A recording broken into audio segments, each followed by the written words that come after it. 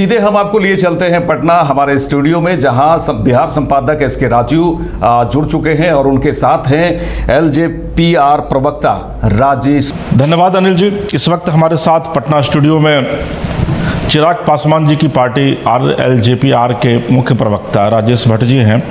राजेश भट्ट जी के विषय में आपको बता दें, थोड़ा संक्षिप्त परिचय दे दें कि पार्टी के स्पोक्स पर्सन तो ये हैं ही, और लेकिन इनका एक लंबा कैरियर पत्रकारिता में भी रहा है, एक अच्छे पत्रकार भी रहे हैं, और उसके बाद अब अपनी सेवा जो है वो अब राजनीतिक दल में दे रहे हैं, और शुरू से ही रामविलास जी के साथ ये जुड़े रहे और फिर चिराग जी के साथ ये फिलहाल अभी जुड़े हुए हैं, और पार्टी की नीतियों का निर्धारण करने में भी चिराग पासवान के साथ इनकी एक बड़ी भूमिका रहती है।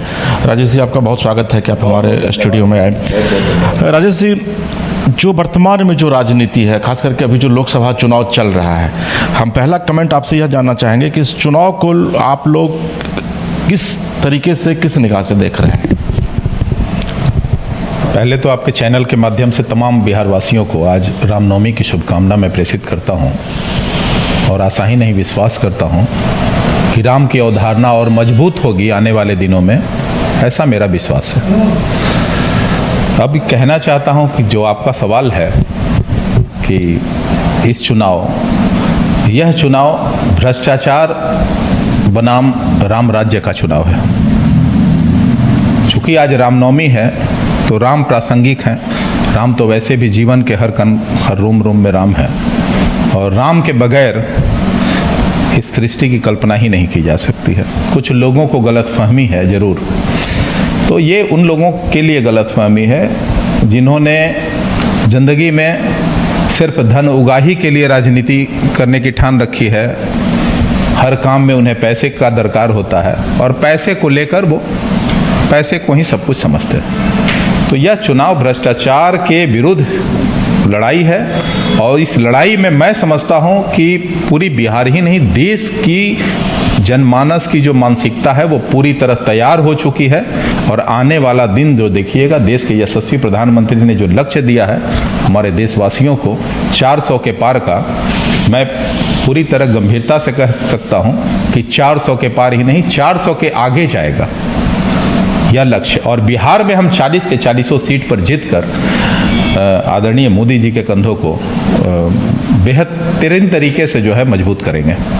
राजेश जी, चूँकि आपने श्री राम की चर्चा की है और आज रामनवमी भी है, तुलसीदास लिखते हैं रामायण में कि राम नाम ही एक आधारा, सुमिर सुमिर नर उतरहि पारा।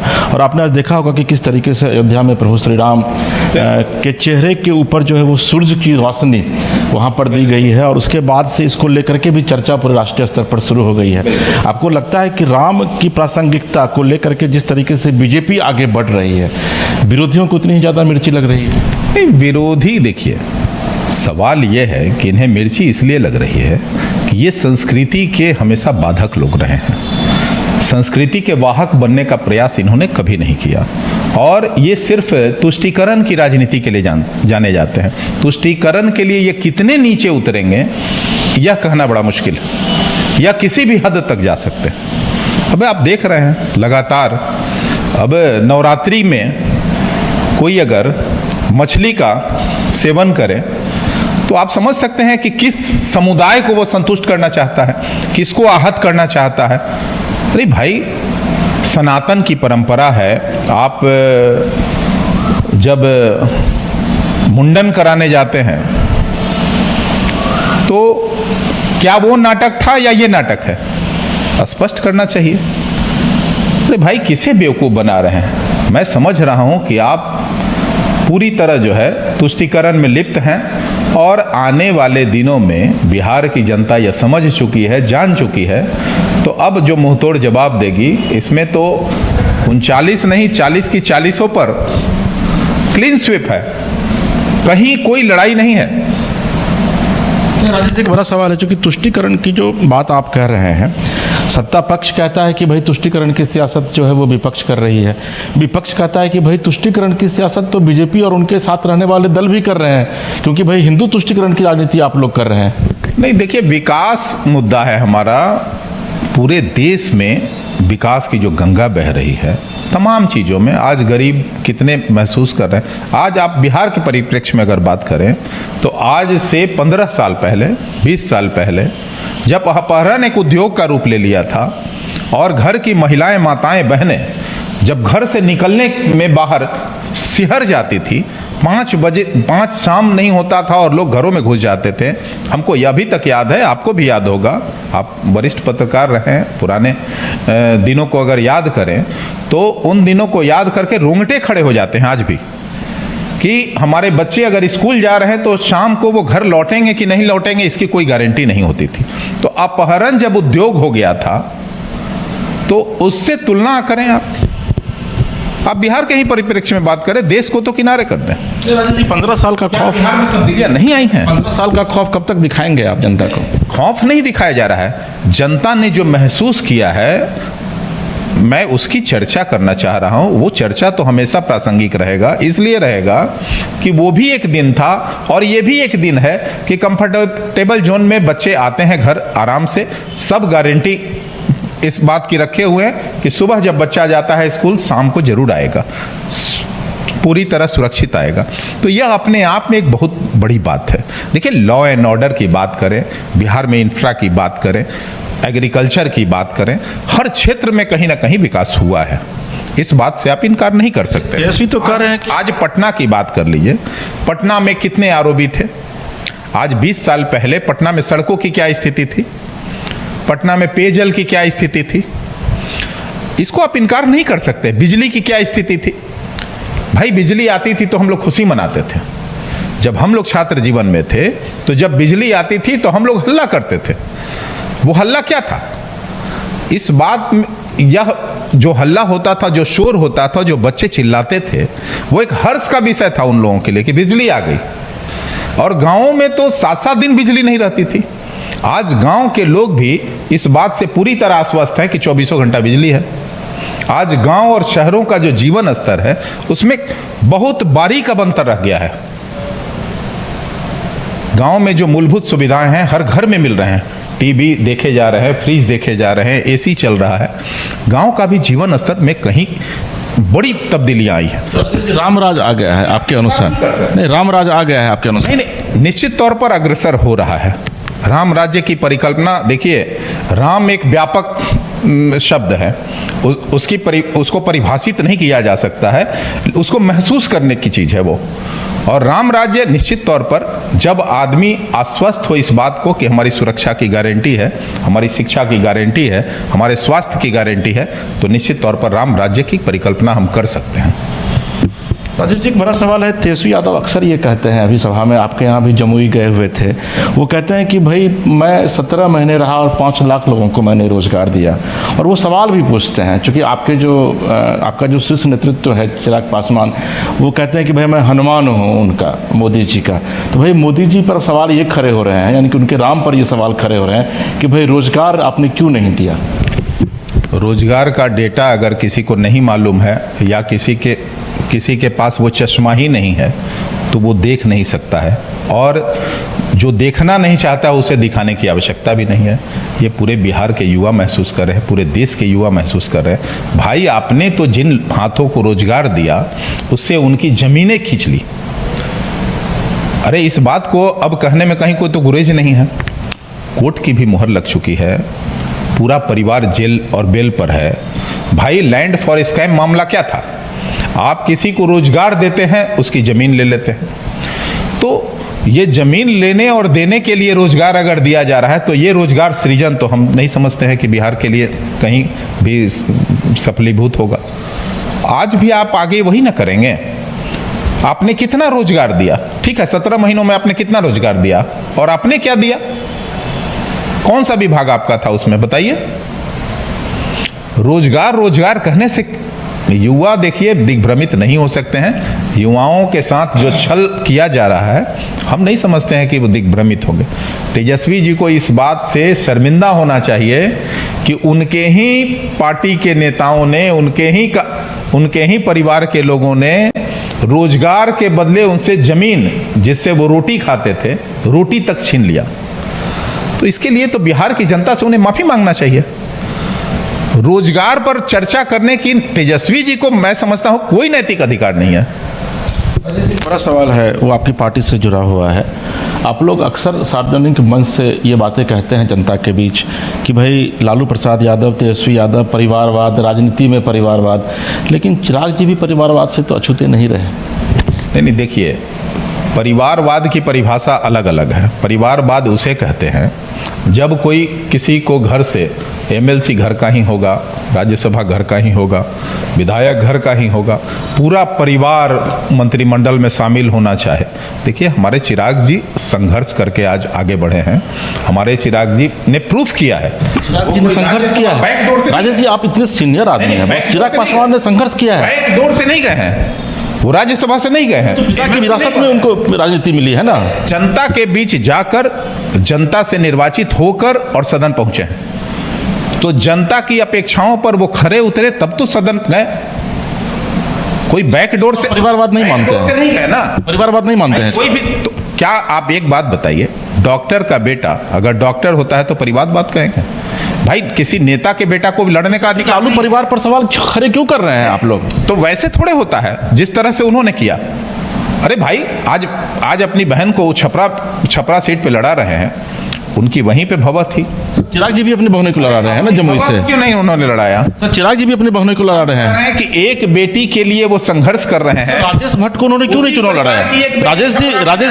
राजेश भट्ट को चिराग पासवान ने टिकट क्यों नहीं दिया? जबकि राजेश भट्ट जी को मैं देख रहा हूं पिछले लंबे समय से कि आप उनके साथ जुड़े हुए, उनके पिता के साथ जुड़े हुए हैं, कि आपके अंदर वो एबिलिटी नहीं थी कि आपको वहां टिकट दिया जाना चाहिए था? तो पार्टी के ही लोगों को टिकट मिली है ना, उन्हीं को टिकट दे दें। सभा के उम्मीदवार ही नहीं, राजू तिवारी को क्यों नहीं टिकट मिला? सभा का दावा ही नहीं किया तो टिकट मिलने की कोई संभावना नहीं। आपके यहाँ तो बहुत लोग, अरुण बाबू पार्टी छोड़ दिए हैं, कई नेता, 22 नेता एक साथ आपके यहाँ पार्टी छोड़े हैं। ये चुनाव में, हर चुनाव में तमाम कई पार्टियों के लोग असंतुष्ट होते हैं और आना जाना ये सब जो है स्वाभाविक प्रक्रिया है, इसे कोई इनकार नहीं किया जा सकता। हर दल में होता है, कुछ असंतुष्ट, कुछ क्षुब्ध जो है पार्टी छोड़ के जाते हैं और दूसरे दल से भी लोग आते हैं। तो ये कोई पहली बार नहीं हुई है।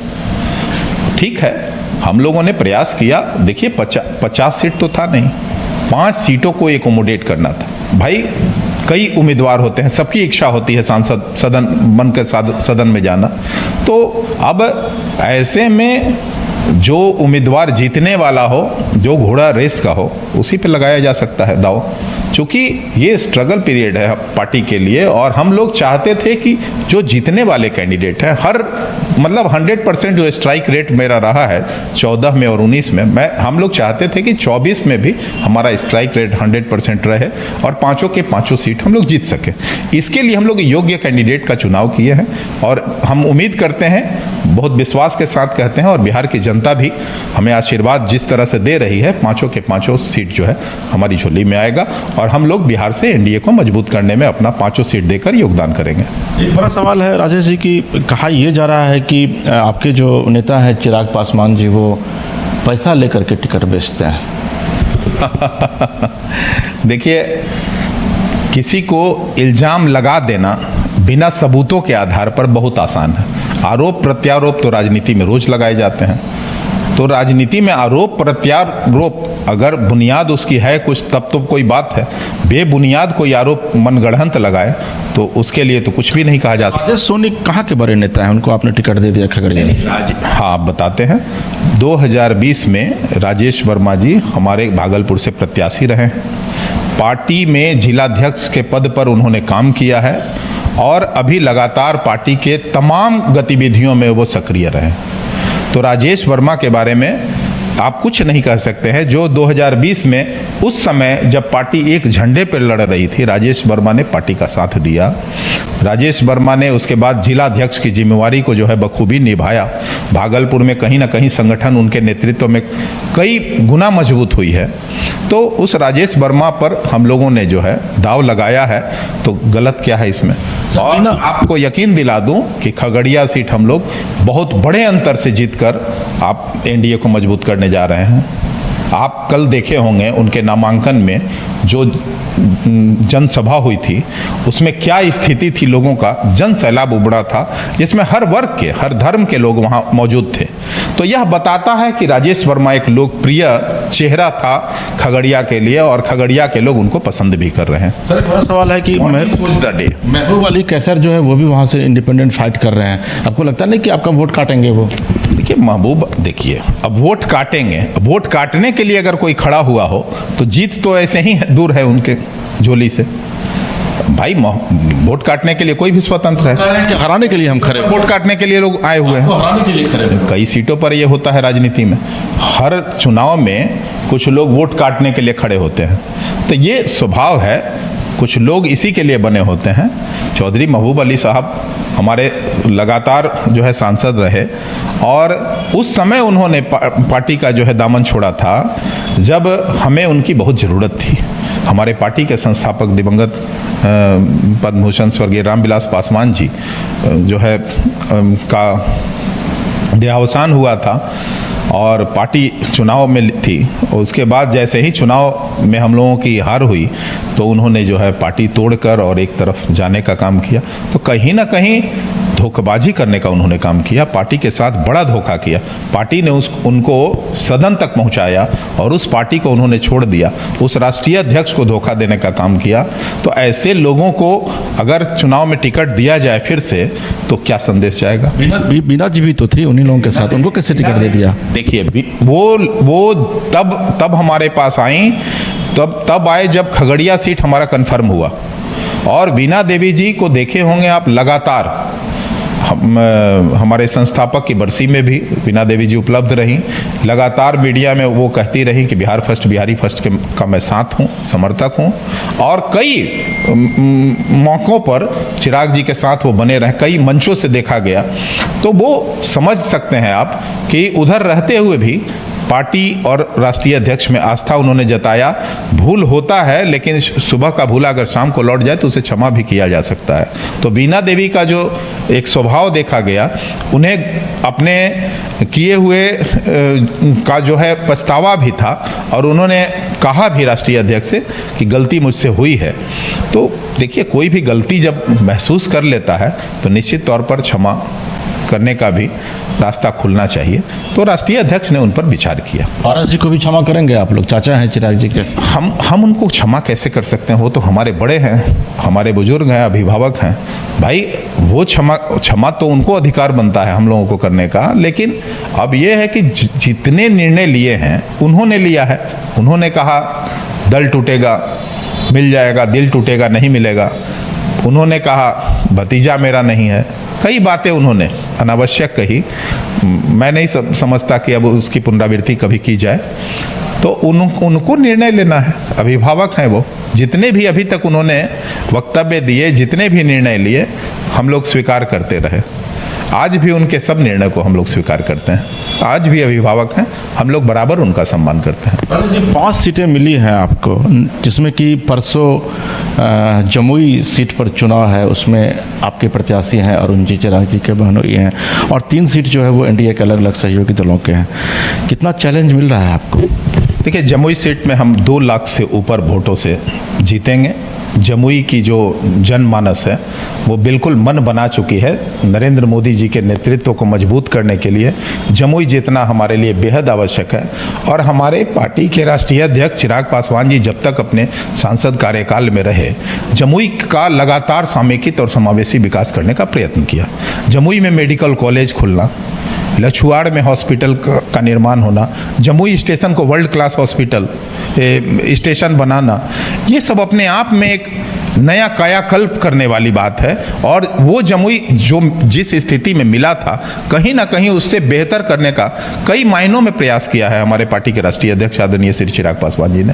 तो जमुई की जनता चिराग पासवान जी में एक अटूट विश्वास जताती है और इसका प्रतिफल होगा कि अरुण भारती जो हमारे कैंडिडेट हैं, हमारे चिराग पासवान जी के बहनोई भी हैं, तो एक परिवार की तरह उनको देख रहे हैं लोग जमुई की जनता।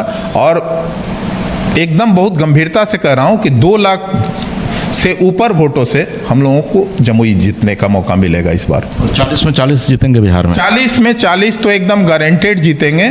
आप 4 जून को हमारे साथ होली और दिवाली दोनों साथ मनाएंगे और वो एक बड़ा नज़ारा होगा, भव्य नज़ारा होगा। एक आखिरी सवाल है आपसे, क्योंकि राजेश जी बहुत लॉयल है, आपने अपनी लॉयलिटी पार्टी के लिए भी सिद्ध की है समय समय पर। ये माना जाए कि 2025 का जो बिहार विधानसभा चुनाव होगा उसमें राजेश भट्ट जी बतौर कैंडिडेट कहीं ना कहीं से अपना नामांकन करेंगे। देखिए, राजेश भट्ट जी समर्पित सिपाही हैं। पार्टी ने जिस दायित्व को दिया मैंने बखूबी संभालने का प्रयास किया।